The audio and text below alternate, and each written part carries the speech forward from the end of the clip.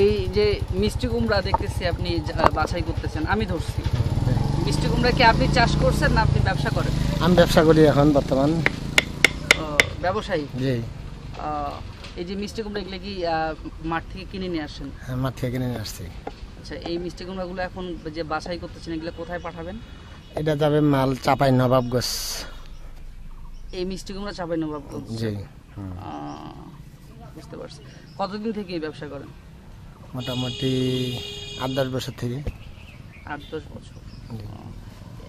এখন কেমন বাজার, কেমন মিষ্টি কুমড়া? বাজার নাই এখন, মাল আমাদের মোকামে বিক্রি হয় না, খুঁটু বাড়িতেও দাম নাই। আর যেটাই হোক, এই যে মানে আপনি যে মিষ্টি কুমড়াটা কিনে নিয়ে আসেন, এটা কি কেজি হিসেবে না পিস হিসেবে? কেজি হিসাবে। কেজি হিসাবে। কেজি কত করে কিনে নিয়ে আসেন? কেজি পড়তেছে আপনার না অত পারে না, কম 260 টাকা মন। 260 টাকা মন? মন, জি। এই 260 টাকা মন ধরে কিনে নিয়ে আসেন মাঠ থেকে? জি। এটা আবার মানে আপনি আবার যে বিক্রি করবেন, আপনি কত দিয়ে বিক্রি করবেন? আমাদের ওই মোকামে বিক্রি হচ্ছে 10 টাকা, 11 টাকা, 12 টাকা কেজি? কেজি, জি। এখানে গাড়ি ভাড়া আছে। তাই না? আড়তদারি আছে, লোডিং আছে।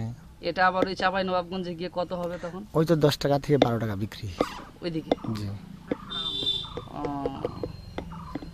না, মিষ্টি কুমড়া অনেক জায়গাতে দেখি যে 20 টাকা 30 টাকা কেজিও। 20 টাকা 30 টাকা কোথাও নেই। 1 কেজি 1 কেজি কিনে খান, ওটা হিসাব আলাদা। হ্যাঁ। যে কোনো জায়গাতেই আমি আপনার 3-4টা মোকামে মাল দেই। টাঙ্গাইল পার্কে বাজারে, ওখানেও 10 থেকে 12 টাকা বিক্রি। আর আপনার ওই যে কি বলে মান্দাই থানা ফেরিঘাট, ওখানেও ওই 12 টাকা বিক্রি। না, এটা তো আপনার বিক্রি হবে আড়তে।